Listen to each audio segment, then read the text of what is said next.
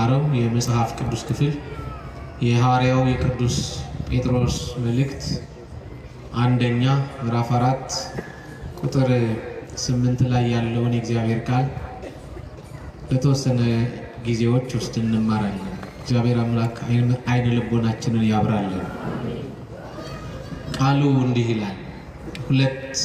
አንድ አንቀጽ አንብና ከዛ ውስጥ አንድ መነሻ ርዕስ እንወስዳለን። ዳሩ ግን የነገር ሁሉ መጨረሻ ቀርቧል። እንግዲህ እንደ ባለ አእምሮ አስቡ፣ ትጸልዩም ዘንድ በመጠን ኑሩ። ፍቅር የኃጢአትን ብዛት ሁሉ ይሸፍናልና። ከሁሉ በፊት እርስ በርሳችሁ አጥብቃችሁ ተዋደዱ። ስለ ቃሉ የአባታችን የአምላካችን እግዚአብሔር ክብር ምስጋና ይግባው። የትምህርታችን ርዕስ ትጸልዩም ዘንድ በመጠን ኑሩ የሚለው ኃይለ ቃል ይሆናል። እስኪ ሁላችሁም ትጸልዩም ዘንድ በሉ። ድገሙት። በመጠን በምን ኑሩ?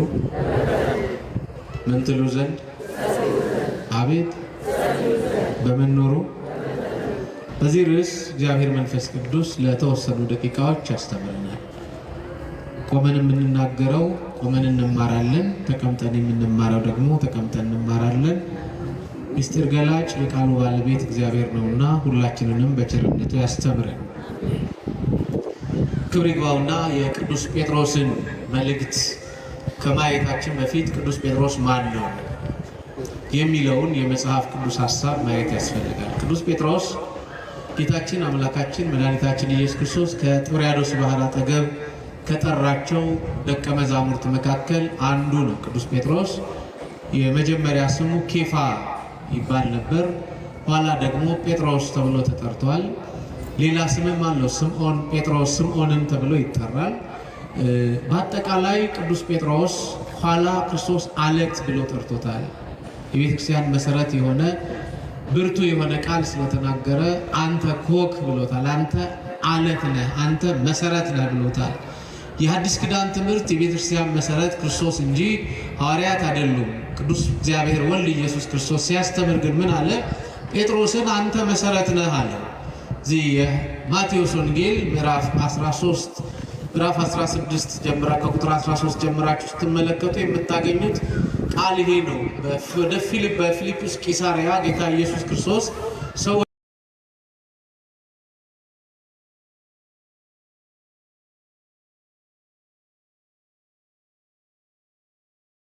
ሰዎችን ማን ይሉታዊ ጸጋ የተመላ አገልጋይ ሆኖ ብርቱ ቃል ይናገራል። አንተ ክርስቶስ የሕያው እግዚአብሔር ልጅ ነህ ይለዋል። ክርስቲያኖች አንተ ክርስቶስ የሕያው እግዚአብሔር ልጅ ነህ። ይሄ የሥጋና የደም ሐሳብ ሳይሆን የእግዚአብሔር ፈቃድ ስለሆነ ጌታ ራሱ ምን ብሎ ነው የሚናገረው? ቅዱስ ጴጥሮስን አንተ መሰረት ነህ ይለዋል። ትምህርቱን ነው መሰረት ነህ ያለው እንጂ በደም የተመሰረተች በደም የጸናች በደም የተዋጀች የሐዲስ ኪዳን ቤተ ክርስቲያን በክርስቶስ የተመሰረተች እንጂ ሐዋርያት ትምህርታቸው መጽኛ፣ ወደ እግዚአብሔር መቅረቢያ፣ ከእግዚአብሔር መታረቂያ እንጂ ሕይወታቸው የእግዚአብሔርን ክብር እንድናይ የክብሩን ነጸብራቅ እንድንመለከት የሚያደርጉን እንጂ መሰረቱ ባለቤቱ ራሱ ሕያው እግዚአብሔር ነው። ስሙ ይክበር ይመስገን።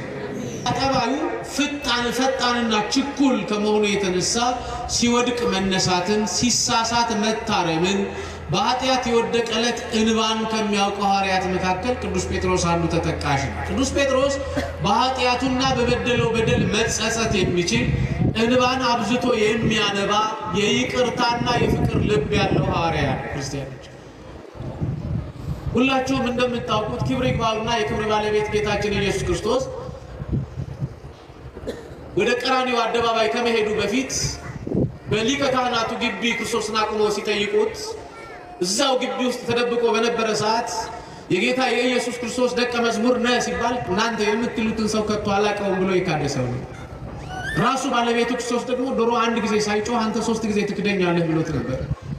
ትዝ ሲለው አብዝቶ ያለቀሰ በጸጸት ልቡ የተመለሰ አምላኩን በእንባ የቀረበ ሐዋርያ ነው ቅዱስ ጴጥሮስ። ውድቀትን የሚያውቅ ሐዋርያ ነው። በውድቀት በኋላ ደግሞ መነሳትም እንዳለ ያወቀ ሐዋርያ ነው ቅዱስ ጴጥሮስ። ክርስቲያኖች በዓለም ላይ የምንኖር ከሆነ መውደቅ መነሳት፣ በኃጢአት መቆሸሽና መንጻት የሰው ልጆች ጠባይ ነው። እግዚአብሔር ራሱ ደካማዎች ስለሆንን ምን አለ? እስመ አንተ ተአምር ድካሞ ለሰብ፣ የሰውን ድካሙን አንተ ታውቃለህ አለ ክርስቲያኖች። እውነት ነው። ድካማችንን የሚያውቅ ከነ ድካማችን ልብሳችን እርቃናችንን እንደሸፈነው በፍቅሩ ብዛት ሸፍኖ የሚያኖረን የድንግል ማርያም ልጅ መድኃኔዓለም ነው። ክብር ለሱ ይሁን። ስለዚህ ኦርቶዶክሳውያን ጌታችን ኢየሱስ ክርስቶስ ያስተማረውን ትምህርት ቅዱስ ጴጥሮስ ሲመሰክር እንዲህ አለ፣ እንደ ባለ አእምሮ አስቧል። እንደ ባለ ምን አልኳችሁ? ድገሙት።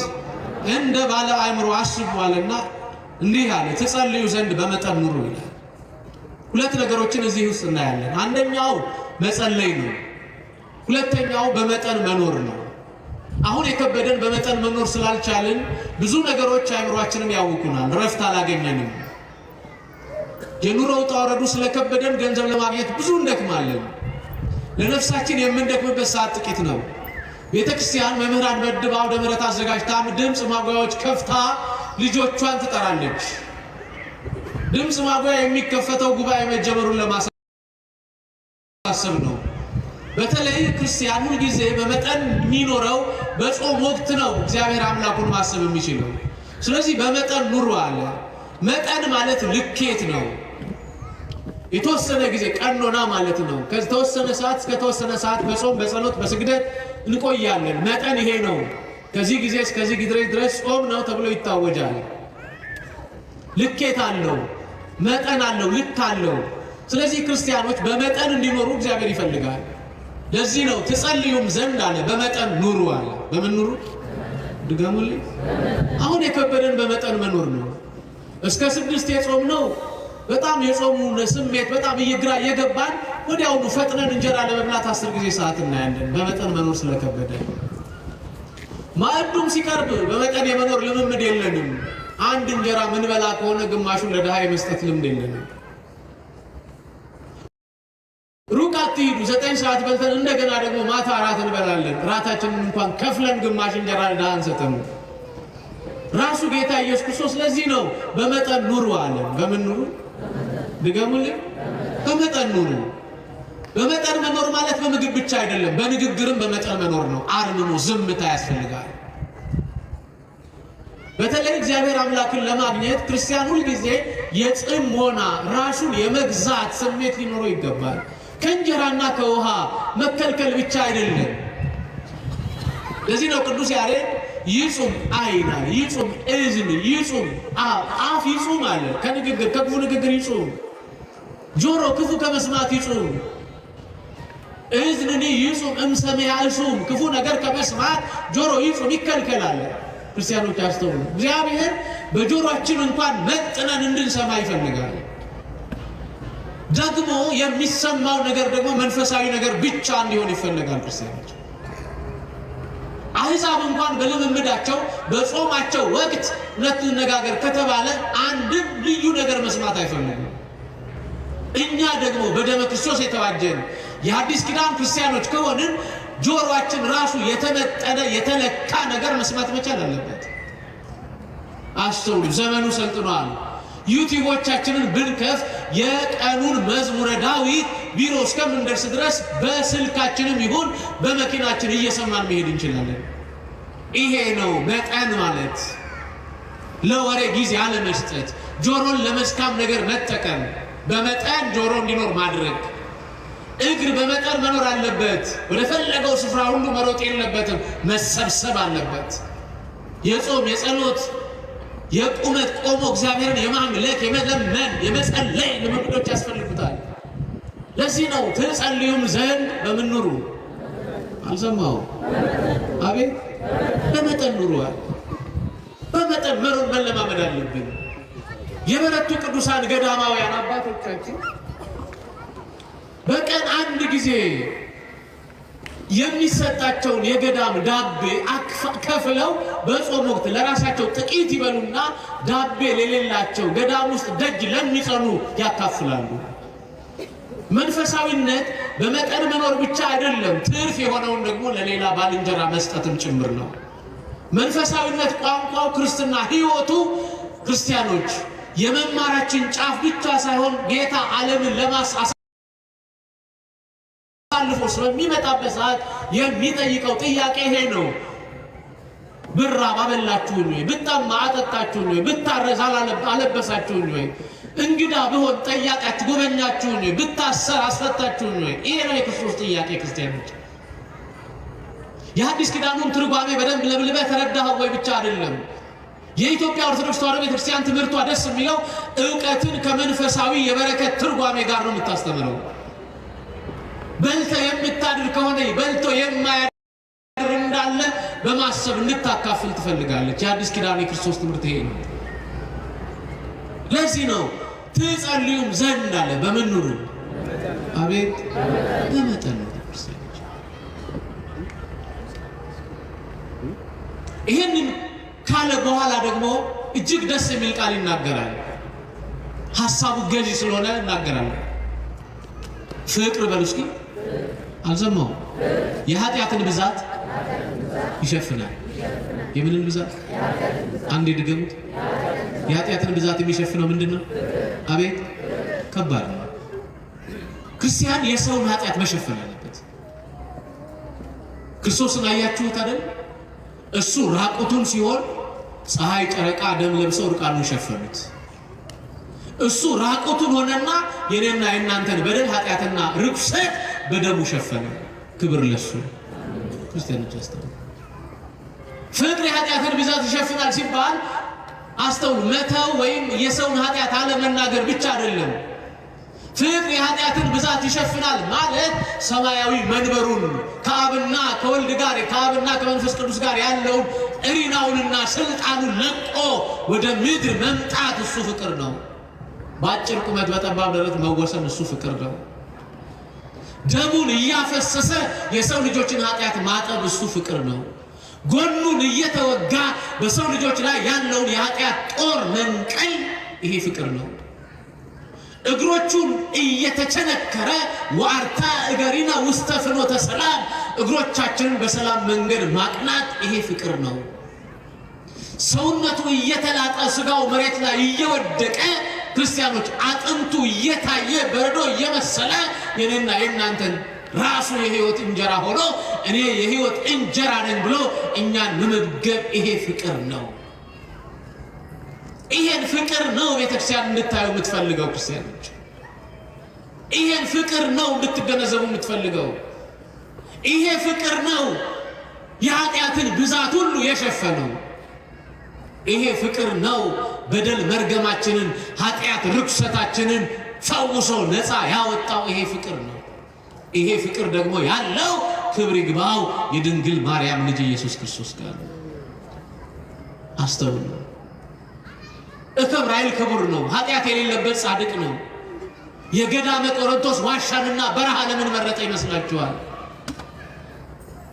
ኃጢአት ኖሮበት ከኃጢአት ለመንጻት አይደለም እኮ ወደ ገዳመ ቆሮንቶስ በረሃ የወረደው። ከቆመ ሳይቀመጥ ከዘረጋ ሳያጥፍ 40 ቀንና 40 ሌሊት ኢየሱስ ክርስቶስ በገዳመ ቆሮንቶስ ገብቶ የጾመው ሊከብርበት አይደለም። ለዚህ ነው ታላቁ ሊቅ ኢትዮጵያዊ አባት ቅዱስ ያሬድ ጾመ እግዚእነ አራያሁ ከመ ያሃበነ፣ አራያውን ምሳሌውን ሊተውልን ክርስቶስ ለኛ ብቻ ሳይሆን እኛ ጾመን በረከት ክብር እንድናገኝ እሱ ጾመ። ምሳሌውን ሊተውልን ጾመ። ይሄ ነው ፍቅር እምላችሁ። እኛ ልንሸከመው የማንችለውን ሸክም ሁሉ መሸከም ይሄ ነው ፍቅር። ለዚህ ነው ፍቅር የኃጢአትን ብዛት ሁሉ ይሸፍናል። እስኪ ሁላችሁ ይህን ቃል በሉት። ምን ነው ካልተናገራችሁ አላስተምርም። ይሄ ፍቅር ብለን የነገርኳችሁ የሰውን በደል ኃጢአት የሸፈነው እሱ ነው። ለዚህ ነው ወከደንከ አበሳሆሙ በደላችን ሸፍኖ የተያዘ ፍቅር ብለን የጠራነው እሱ ነው። ይሄ ብቻ አይደለም። እሱ ፍቅር ከተባለ እኛ ደግሞ የፍቅር ልጆች ነን። የምን ልጆች? የፍቅር ልጆች ነን። ክርስቶስ ፍቅር ከሆነ እኛም ደግሞ ባልንጀሮቻችን እንድንወድ ተነግሮናል። መጽሐፍ እንዲህ ነው የሚለው ባልንጀራውን የሚጠላ ነፍሰ ገዳይ ነው። እስኪ ሁላችሁ በሉ ባልንጀራውን የሚጠላ ነው። ባልንጀሮቻችሁን ትወዳላችሁ? ትዋደዳላችሁ?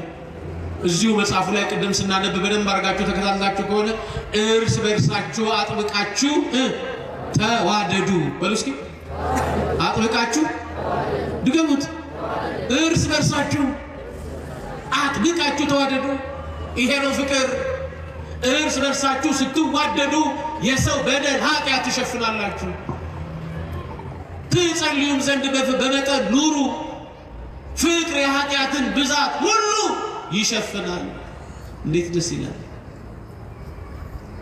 አው ዝም ብላችሁ ሁሉ የተከፈለውን ዋጋ አስቡ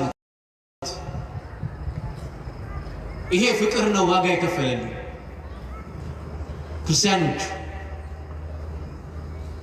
የኃጢአትን ብዛት ይሸፍናል አለና እርስ በርሳችሁ አጥብቃችሁ ምን በሉ ጎረቤት ከጎረቤቱ ጓደኛ ከጓደኛው አገልጋይ ከአገልጋዩ ዘማሪ ከዘማሪው ወታደር ከወታደሩ ወታደር ቋንቋው ሀገር ነው ወንዝ አይደለም ኦርቶዶክሳዊ ዘመዱ ጓደኛው ኦርቶዶክሳዊ ነው ክርስቲያን ወገኑ ጓደኛው ክርስቲያን ነው የሰማችሁ እየሰማችሁ ነው ወይ ለትርፍ አይደለም ለጽድቅ እኔ ገርመኛል በዓለም ላይ ብዙ ሰዎች ለፖለቲካ ሪዮት ዓለም አስተሳሰባቸው ዋጋ ለመክፈል እስከ እስር ይወርዳሉ ሲሆን ደግሞ በመሳሪያ እየተሰዉ ይሞታሉ ለሃይማኖቱ የሚሞት አገልጋይ መቼ ነው የሚኖረው የሰማችሁ ክርስትና ይሄ ነው ሰዎች ለስጋዊ ሪዮት ዓለም ስልጣን ላይ ለመውጣት ዋጋ ይከፍላሉ ክርስቲያን ወደሚሻለው ዘላለማዊ ክብር ለመሻገር የአምላክን ፍቅርና በጎነት ለማየት ነው ዋጋ መክፈል ያለበት ለዚህ ነው ኩን ምእመን እስከ ለሞት አለ እስከ ሞት ድረስ የታመንክ ሁን ቅዱስ ዮሐንስ በራእዩ በምዕራፍ 2 ቁጥር 14 ላይ እስከ ሞት ድረስ የታመንክ ሁን አለና የሕይወትን አክሊል ይሰጣል እስከ ሞት ድረስ የታመንክ ሁን በምን ባመንከው ሃይማኖት በተከተልከው እምነት የትኛው ነው እሱ ካላችሁ አብ ወልድ መንፈስ ቅዱስ አንድ አምላክ ብሎ ማመን እሱ ነው ሁለተኛው ከሶስቱ አካላት አንዱ አካል ወልድ እግዚአብሔር ኢየሱስ ክርስቶስ ስጋውን ቆርሶ ደሙን አፍሶ በደሙ ቀድሶ ዓለምን አድኗታል እኔን ፈውሶኛል አድኖኛል ብሎ በተዋህዶ ማመን ያኔ የክብር አክሊል አለ እስከ ሞት ድረስ መታመን በዚህ እምነት ነው መጽሐፍ የነገረን ይሄንን ነው ይሄ ነው ፍቅር እያልኩ ያለው እርስ በርሳችሁ ምን በሉ አልሰማው ተዋደዱ የትዳር ስሜቶቻችን የእንጀራ እስከሚመስሉ የልጆች አስተዳደጎቻችን የነሱን መብት እስካልከበርን ድረስ ብቻ የሚመስሉ መንፈሳዊነት የራቃቸው የልጆቻችንን ኢንተረስት በፍላጎት በማስቀደም አይሆንም የሚል ቋንቋ ልማዶችን ያጣንበት በዚህ ዘመን የወለድናቸው ልጆች በአጠቃላይ አይሆንም ምን የለመዱ አይደሉም እውነት ውሸት አይሆንም ብሏችሁ አታውቁም ጊዜ ትሰፍራላችሁ እንጂ እናንተ አታችሁ ለነሱ ታሟላላችሁ እውነት ውሸት ንገሩኝ እውነት ውሸት ያንን ማሟላት ካልቻላችሁ ረፍት አታገኙም እናንተ ለልጆቻችሁ በዚህ ልክ ከተጨነቃችሁ የኔና የናንተ ጌታ ልጆቹ ስለሆንን አብዝቶ ይጨነቅልናል አሁንም ክብር ለሱ ይሁን ክርስቲያኖች ትጸልዩም ዘንድ በመጠን ኑሩ ፍቅር የኃጢአትን ብዛት ይሸፍናል እንቀጥል የመጀመሪያውን ሐሳብ ደግሞ እንመልከት ትጸልዩም ዘንድ በልስከ ምን ትሉ ዘንድ ትጸልዩም ዘንድ ጸሎት ምንድነው ጸሎት ሰው ከእግዚአብሔር ከአምላኩ ጋር የሚያደርገው መንፈሳዊ ግንኙነት ነው በጾም ወቅት ትልቁ ጉልበት ጸሎት ነው ጸሎት የራቀውን ያቀርባል የቀረበውን ክፉ መንፈስ ያርቃል ጸሎት ከእግዚአብሔር ዘንድ የምንቀበለውን ነገር ያረጋግጥልናል ጸሎት በእግዚአብሔር ሰማያዊ ችሎት ፊት መቆም ነው ጸሎት ከሰው ጋር የምናደርገው ንግግር ብቻ ሳይሆን ከእግዚአብሔር ጋር ያለን መንፈሳዊ ህብረት የሚያረጋግጥልን ኃይል ነው ስለዚህ ጸሎት ኃይል ከሆነ ክርስቲያኖች እንዴት ነው መጸለይ ያለባቸው በምን አይነት መንገድ ነው መጸለይ ያለባቸው የማነብነብ ነው ወይስ የውስጥ ነው ጸሎት ከእግዚአብሔር ጋር የመገናኛ መንገድ ነው ብሎ የሚያምን ክርስቲያን እንዴት ነው መጸለይ ያለበት? መጀመሪያ አይኑን አይደለም፣ እጁን አይደለም፣ እግሩን አይደለም፣ ልቡን ለእግዚአብሔር መስጠት አለበት። ምኑን አልኳችሁ? አንሰማው። እግዚአብሔር የሚለመን በልብ ነው፣ በምላስ አይደለም። ትዝ ይላችኋል እዛ በአንደኛ ሳሙኤል ቀዳማዊ ምዕራፍ 1 እስከ ምዕራፍ 4 ድረስ ስታጠኑ የምታገኟት አንድ ሴት አለች። የሳሙኤል እናት ሐና። እዝራ ዘምሮላታል። የሳሙኤል እናት ሐና ወደ ቤተ መቅደስ ትሄዳለች። ልጅ አልነበራትም። ልጅ ስላልነበራት ልቧን ከእግዚአብሔር ጋር አድርጋ ድምጿ ሳይሰማ እያተመተመች በመቅደሱ ፊት ለፊት ቁማ ከአምላኳ ጋር ትገናኛለች። ከማን ጋር አልኳችሁ? ድምጿ አይሰማም። ህሊናዋ ናውዟል። አይምሮዋ ፍዝዝ ብሎ ህሊናዋ በአጠቃላይ ተጠቅልሎ እግዚአብሔር ጋር ነው ያለው። ካህኑ ኤሊ በመቅደሱ አጠገብ ተቀምጦ ምጽዋቱንና ስዕለቱን ወይም ለእግዚአብሔር የሚሰጠውን አስራት በኩራት እየተቀበለ ህዝቡን እየባረከ ይሸኛል። እሷ ግን ብቻዋን መቅደሱን ተደግፋ የሰከረ ሰው እስክትመስል ድረስ ህንፃውን እየዳሰሰች ከአምላኳ ጋር ታወራለች። አእምሮዋ ተመስጧል። ስጋዋ ከሰው ጋር አይደለም። የምታየው በልቧ የምትመለከተው ፈጣሪዋን ብቻ ነው። ክርስቲያኖች በህይወታችሁ ውስጥ ስትጸልዩ ልባችሁ ፈጣሪያችሁን ማሰብ መቻል አለበት። ካህኑ ሲመለከታት የሰከረች መሰለው። እንዲህ አላት፣ አንቺ ሴት የወይን ጠጅሽን ካንቺ አርቂው አላት። ከቃሉ ጋር ናችሁ? የወይን ጠጅሽን ካንቺ አርቂው አላት። በጣም የሚገርመው የመለሰችው መልስ ነው። አባቴ አለች፣ ልቧ ያዘነባት ሴት ነኝ እንጂ የወይን ጠጅ ያሰከረኝ ሰው አይደለሁም አለች። በጣም የሚገርመው ይሄንን ቃል ሲተረጉምልን ጠቢቡ ሶሎሞን እንዲህ ይላል፣ የለዘበች ምላስ ቁጣን ታበርዳለች ይላል። እስኪ በሉ አልሰማው? አይገርምም? ሰክረሻል እኮ ነው ያላት ካህኑ። የወይን ጠጅሽን አርቂው እኮ ነው ያላት ካህኑ። ዛሬ ሰክረሃል ብትባል ምን ይሰማሃል? ካህኑ እንደዛ ቢልህ፣ ከመቅደሱ ዞር በል ቢልህ ምን ይሰማሃል? እነዛ እኮ ነው ያላት ካህኑ። ልቧ ያዘነባት ሴት ነኝ አለችው። ንግግሯ የለዘበ ስለነበረ ቁጣውን አበረደውና እንዲህ አላት፣ እግዚአብሔር ልመናሽን ይስማሽ አላት። ክብር ለሱ። እግዚአብሔር ልመናችንን ይስማል። በመቅደሱ የለመነውን በአውደ ምሕረቱ ቆመን የተማጸነውን ማን ይስማል? እስቲ ሁላችሁም እግዚአብሔር ይስማን በሉ። እግዚአብሔር ለሀገራችን ይስማል። እግዚአብሔር ለኑሯችን ይስማል። እግዚአብሔር ለቤታችን ይስማል። ለእያንዳንዱ የጥያቄያችን መልስ እሱ እጅ ነው ያለውና ማን ይስማል? እግዚአብሔር ይስማሽ ብሎ ባረካት። ልክ በረከቱን ተቀብላ ወደ ቤቷ ሄደች። በዓመቱ ልጅ ወለደች። ሳሙኤልን ታቅፋ ወደ መቅደሱ መጣች። አያችሁ፣ አታኩርፉ፣ አታጉረምርሙ። ልቧ ግን እቺ ሴት ከማን ጋር ነው? አቤት!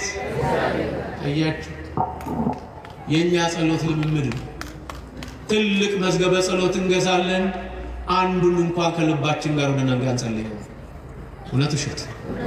የየዕለቱ ውዳሴ አምላክ አለ። የየዕለቱ ውዳሴ ማርያም አለ። የየዕለቱ ሰይፈ ሥላሴ አለ። የየዕለቱ ልዩ ልዩ ጸሎት የምናደርግባቸው የጸሎት መጽሐፎች አሉን። ግን ልባችን ከጸሎት መጽሐፉ ጋር የለም። ስለዚህ እግዚአብሔር በጸሎታችን ውስጥ ምን ይፈልጋል? ልብ በል። ምን ይፈልጋል? ልባችንን ሰጥተን እንጸልይ። ለዚህ ነው ቅዱስ ዳዊት በመዝሙር 50 ቁጥር 10 ላይ ልበ ንጹሐ ፍጥር ሊተ እግዚኦ መንፈሰ ርቱዐ ሀድስ ውስተ ከርሴ፣ አቤቱ ጌታዬ አምላኬ ሆይ ንጹሕ ልብ ፍጠርልኝ። እስኪ ሁላችሁ ንጹሕ ልብ ፍጠርልኝ በሉት። ረድገሙት። ንጹሕ ልብ ፍጠርልኝ።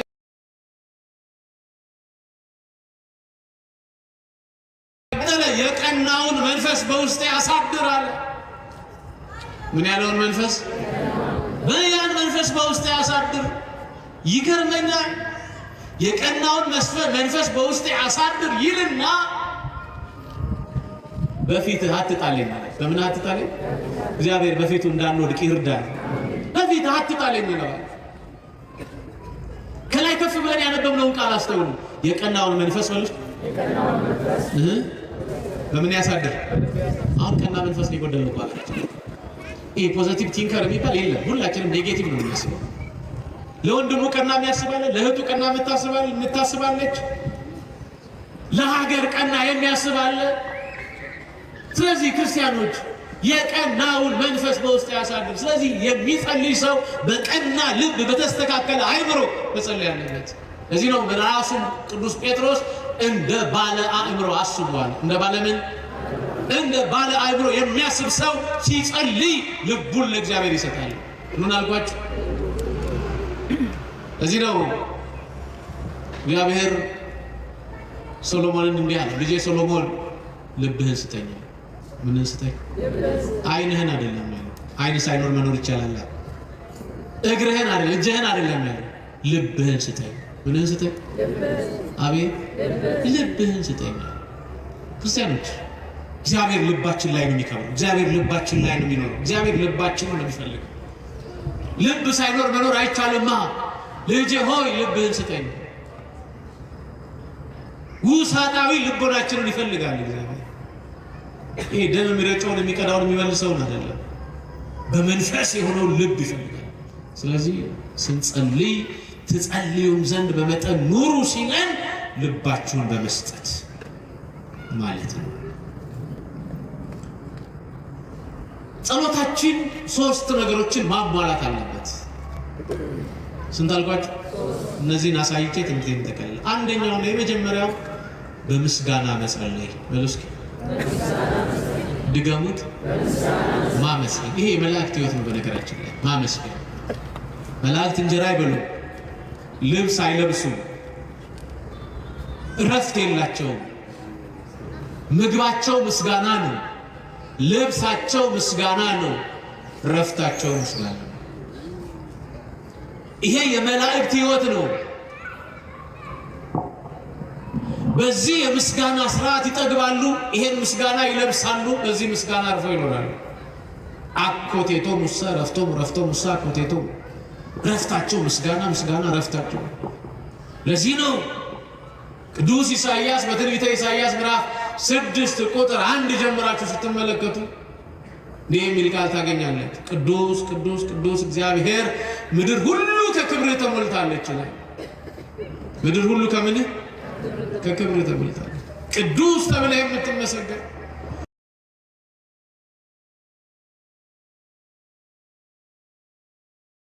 ውዱስ ተብለህ፣ ቅዳሴያችን ይሄ ነው፣ ማለታችንም ይሄ ነው።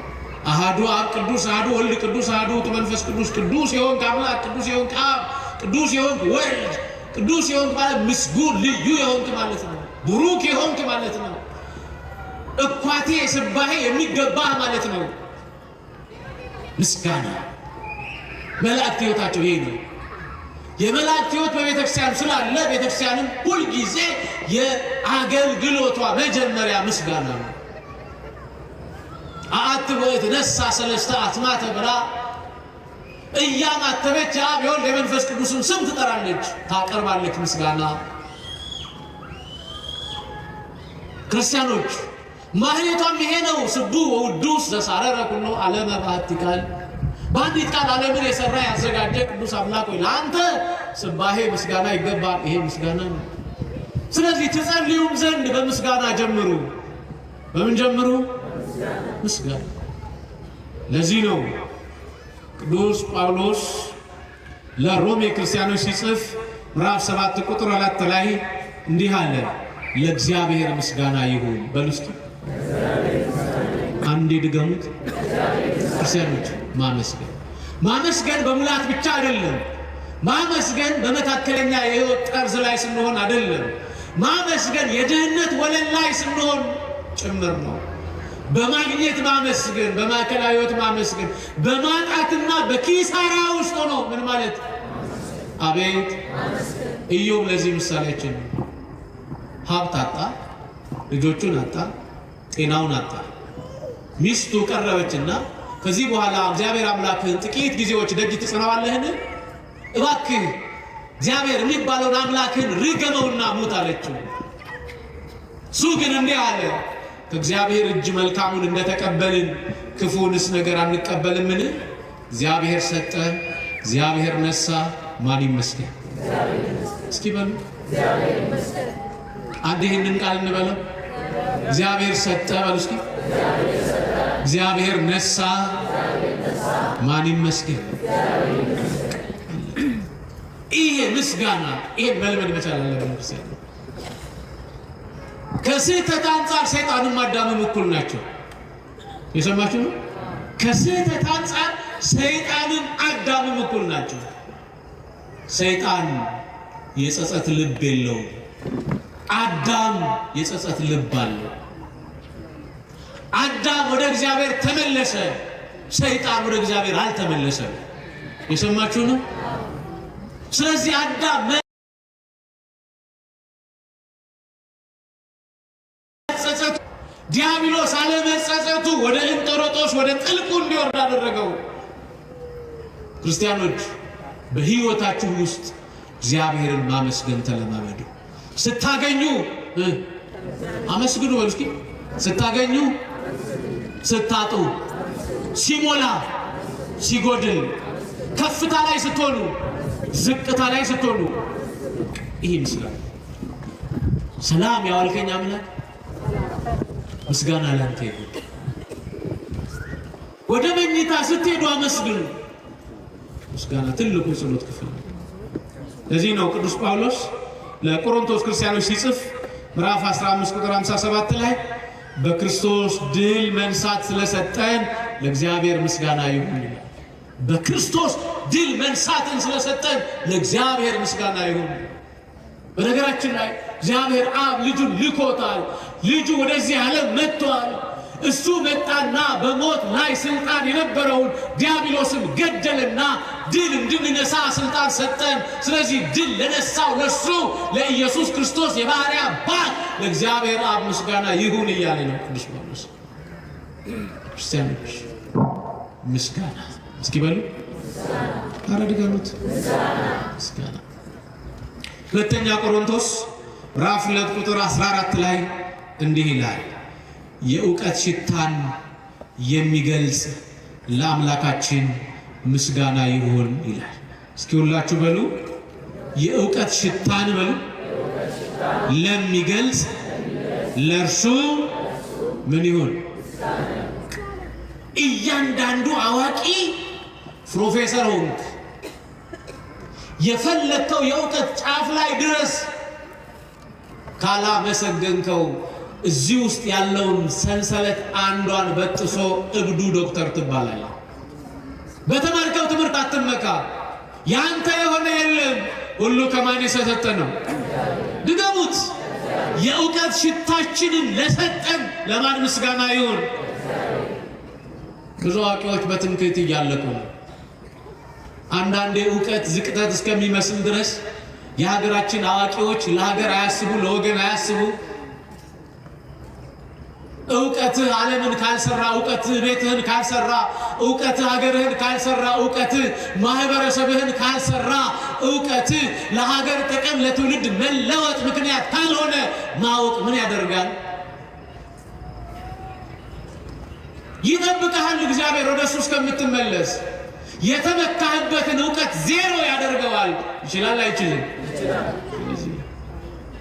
ለዚህ ነው ቅዱስ ጳውሎስ በጣም በሚገርም ቋንቋ ጥበበኞች ስለሆኑ የቆሮንቶስ ክርስቲያኖች እንዲህ አላቸው፣ የእውቀት ሽታን ለሚገልጽ ለእርሱ ምን ይሁን? ሽታው ነው ያለው፣ ሙሉ ተጠቅልሎ እውቀቱ አይደለም። የእውቀት ጫፍ ያለው ማን እጅ ላይ? ከሱ በላይ አዋቂ የለም። ሁለተኛው ክፍል ልመና ነው። እስኪ ልመና በል፣ ድገሙት። መለመን ሰው የሚፈልገውን ነገር ነው የሚለው። መጽሐፍ እንዲህ ነው የሚለው። ሰው መለመን ካለበት ሁለት ነገር ነው መለመን ያለበት። ስንት አልኳችሁ? አንደኛ መንግስቱን፣ ሁለተኛ ጽድቁን። እስኪ መንግስቱን በሉ፣ ጽድቁን።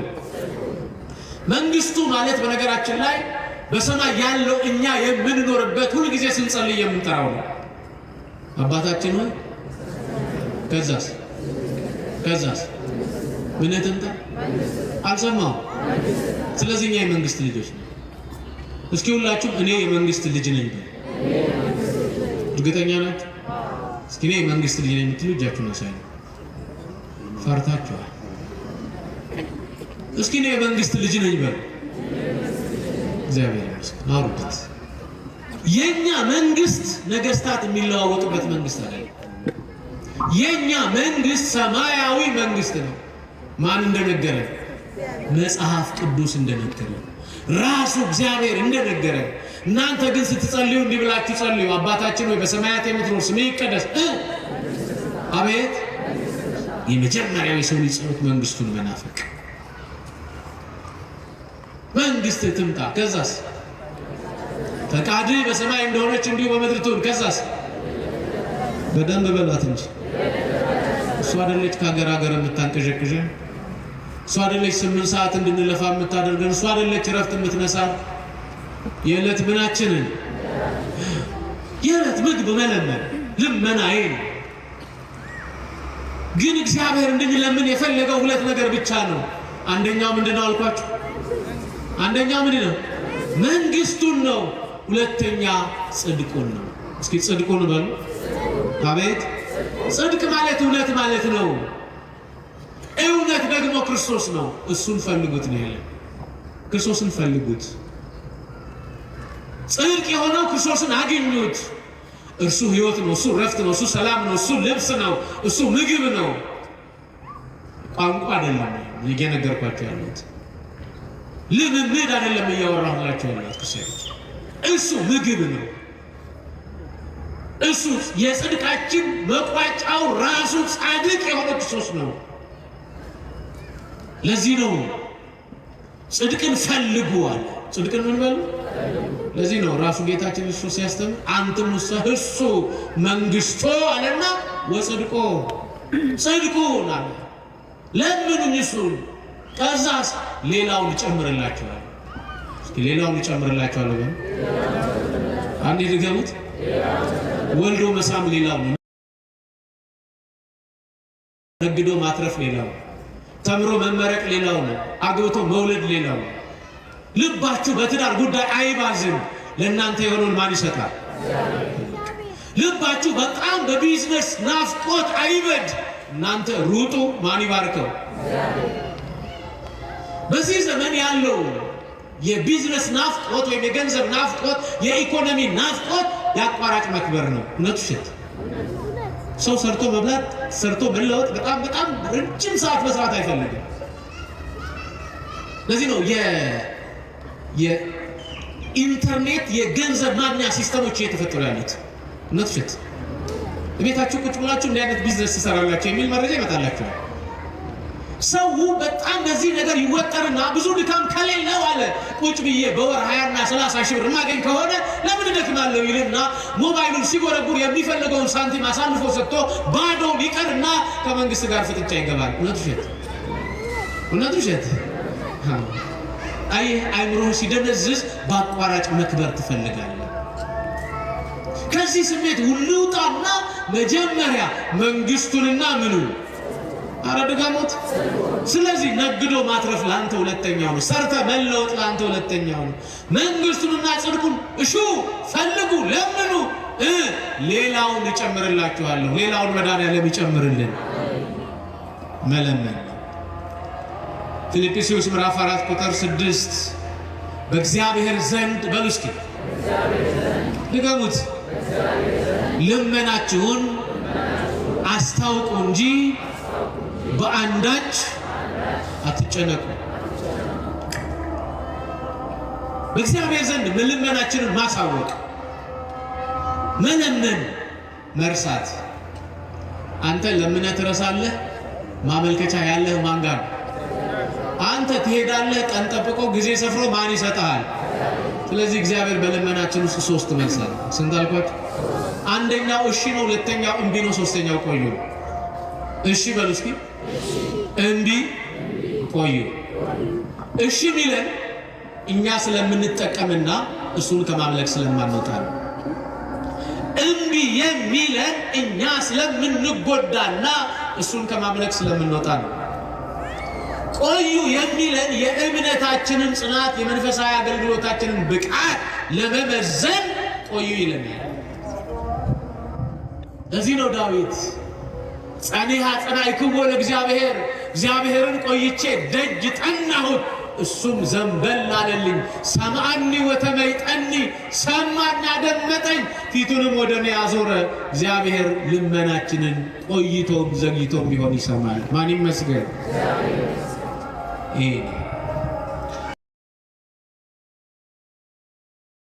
አንደኛ ዮሐንስ ምዕራፍ 5 ቁጥር 16 የለመነውን ልመና ከእግዚአብሔር እጅ እንደተቀበልን እናውቃለን። እስኪ በሉ የለመነውን ልመና በሉ ከእግዚአብሔር እጅ እንደተቀበልን እናውቃለን። ምንም አትድከም አባታችን ወይ ብለን ለምነን ስንጨርስ ምን ብለን ነው የምንሄደው? ኃይል፣ ክብር፣ ምስጋና ለዘላለሙ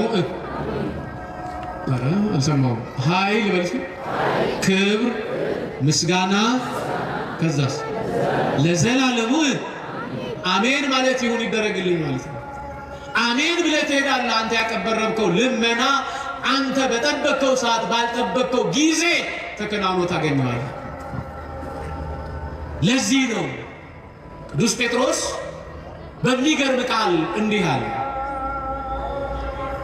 ከእግዚአብሔር እጅ በታች ራሳችሁን አዋርዷልና እርሱ ስለ እናንተ ያስባልና የሚያስጨንቃችሁን ሁሉ በእርሱ ላይ ጣሉት። መስጠት መጣል የሚያስጨንቅህን ስጠው። እሱ መሸከም ሲጀምር አንተ እየቀለለህ ይሄዳል። እሱ በሱ ትከሻ መሸከም ሲጀምር ያንተ ትከሻ ብርቱ ይሆናል። ለዚህ ነው ራሱ ክርስቶስ በማቴዎስ ወንጌል ምዕራፍ 11 ቁጥር 28 ላይ እንዲህ አለ፣ እናንተ ደካሞች ሸክም የከበዳችሁ ወደ እኔ ኑ እኔ አሳርፋችኋለሁ። እናንተን ሸክም ተሸክሞ እናንተን ሊያበረታ የቆመ ሊቀ ካህናት የድንግል ልጅ አለን ክርስቶስ። ክብር ለሱ ይሁን። ሶስተኛው ምልጃ ነው። ምን አልኳችሁ? ምን ማለት 366 ቀናትን የምልጃ ጸሎት የምትጸልይ ቤተክርስቲያን ናት። ያውም የኦርቶዶክስ ተዋሕዶ ቤተክርስቲያን። ዲያቆኑ ለእግዚአብሔር በፍርሃት ስገዱ ካለን ሰዓት ጀምሮ ሰግደን እስከ መጨረሻው የጸሎት ማጠቃለያ ከመድረሳችን በፊት ሰግደን ዝቅ ብለን ሰፊ የምልጃ ጸሎቶች አሉ። ስለ ወንዙ፣ ስለ ነጋዴው፣ ስለ ዝናቡ፣ ስለ ሀገር፣ ስለ ስጋው ደሙ፣ ስለ መንፈሳዊ ህብረቶቻችን የምልጃ ጸሎት አለ።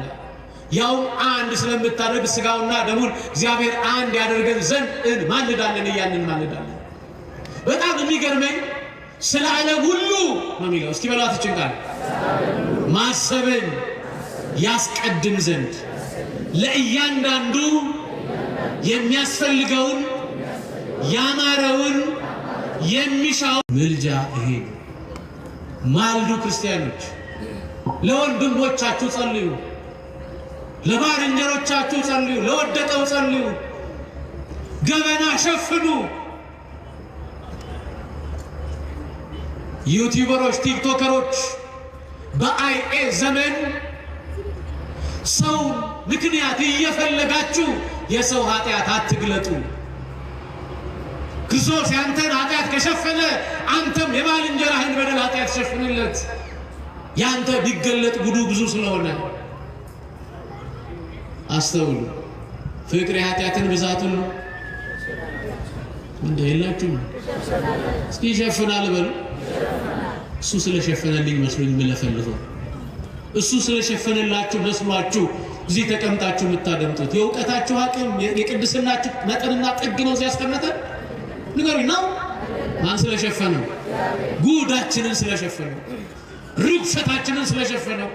የኔ ኃጢአት ቢገለጥ ማን እዚህ ይቀመጥ ነበር? የእናንተ ኃጢአት ለኔ ቢገለጥ ማን ፊቱ ይቆም ነበር? ክርስቲያኖች ማልዱ፣ መማለድ፣ ለሌላው ኃጢአት መጸለይ፣ በደሌን ይቅር በለኝ ብቻ አይደለም፣ ለሌላው በደል ይቅር በለው ብሎ መለመን ያስፈልጋል። ክርስቲያኖች በተለይ ኦርቶዶክሳውያን የቤተ ክርስቲያንን ከፍታ የገለጽክ እየመሰለ በዩቲዩብ የሰው ስም የምታቆሽሽ የምታጠለሽ ካለ አእምሮህን ቀድሰው።